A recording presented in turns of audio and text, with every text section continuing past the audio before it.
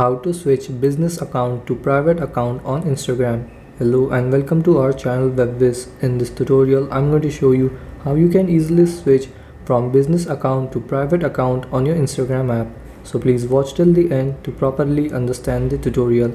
So first open up your Instagram app, and then once you're in your Instagram app you have to go to your profile. So to go to your profile, tap on your profile picture in the bottom right corner here.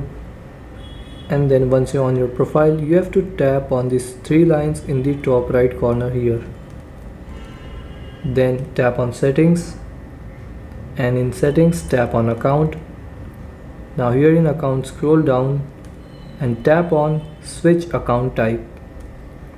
Then tap on switch to personal account, and then again tap on switch to personal account, and wait for it to switch to personal account. And once your account is switched to personal account, now to switch it to private account you have to tap on privacy, and then you have to turn on private account. So tap here to turn on private account, and then tap on here in the bottom switch to private.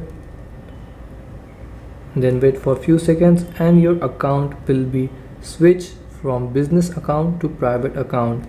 And so this is how you can switch from business account to private account on your Instagram. Thanks for watching.